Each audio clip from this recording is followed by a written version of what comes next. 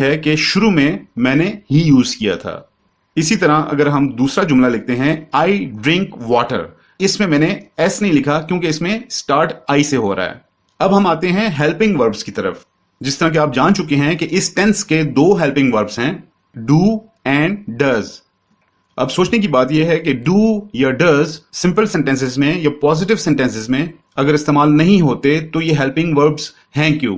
तो उसका जवाब यह है कि ये हेल्पिंग वर्ब्स इस्तेमाल होते हैं, लेकिन नेगेटिव या इंट्रोगेटिव सेंटेंसेस के अंदर।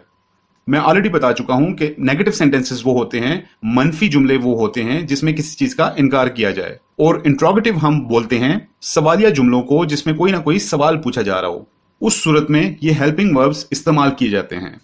अब हम ये देखेंगे कि ये हेल्पिंग वर्ब्स कौन से प्रोनाउंस और नाउन्स के साथ इस्तेमाल होते हैं। तो पहले डिस्कस करते हैं डज। डज आता है ही, शी, इट और किसी भी सिंगुलर नाउन के साथ, और डू इस्तेमाल किया जाता है आई, वी, यू, दे और प्लूरल नाउन्स के साथ।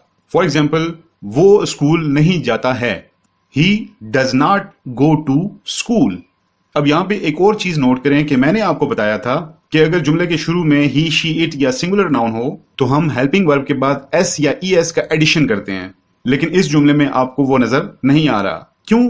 क्योंकि वो काम हम सिर्फ पॉजिटिव सेंटेंस में करते हैं, तो लिहाजा नेगेटिव या इंट्रोगेटिव सेंटेंसेस में हम एस या ई एस नहीं लगाते, चाहे शुरू में कोई भी नाउन, कोई भी प्रोनाउन इस्तेमाल किया गया हो। इसीलिए ये एक नेगेटिव जुमला है। तो आप देख सकते हैं कि हेल्पिंग वर्ब आ गया तो उसके बाद इसीलिए मैंने वर्ब के बाद एस या ई एस का एडिशन नहीं किया। तो जिस तरह हम देख सकते हैं कि इस जुमले के शुरू में ही है तो हेल्पिंग वर्ब हमने डज यूज किया। इसी को अगर मैं कह दूं आई, तो लिहाजा आई के साथ डज कभी भी यूज नहीं होगा, आई के साथ यूज होगा do. I do not go to school. और अगर आप इन सेंटेंसेस को आप क्वेश्चन की फॉर्म में लेकर आना चाहते हैं, for example he goes to school, तो ये एक पॉजिटिव सेंटेंस है, ही गोज टू स्कूल। आप देख सकते हैं कि ई एस का इस्तेमाल हुआ है। अब अगर मैं कहता हूं कि इसको हमने नेगेटिव में चेंज करना है, तो हम क्या करेंगे कि ही के बाद हेल्पिंग वर्ब ऐड करेंगे, तो हम लिखेंगे कि he does not go to school. इसमें मैंने हेल्पिंग वर्ब के बाद नॉट लगा दिया, इसी वजह से ये सेंटेंस नेगेटिव में कन्वर्ट हो गया।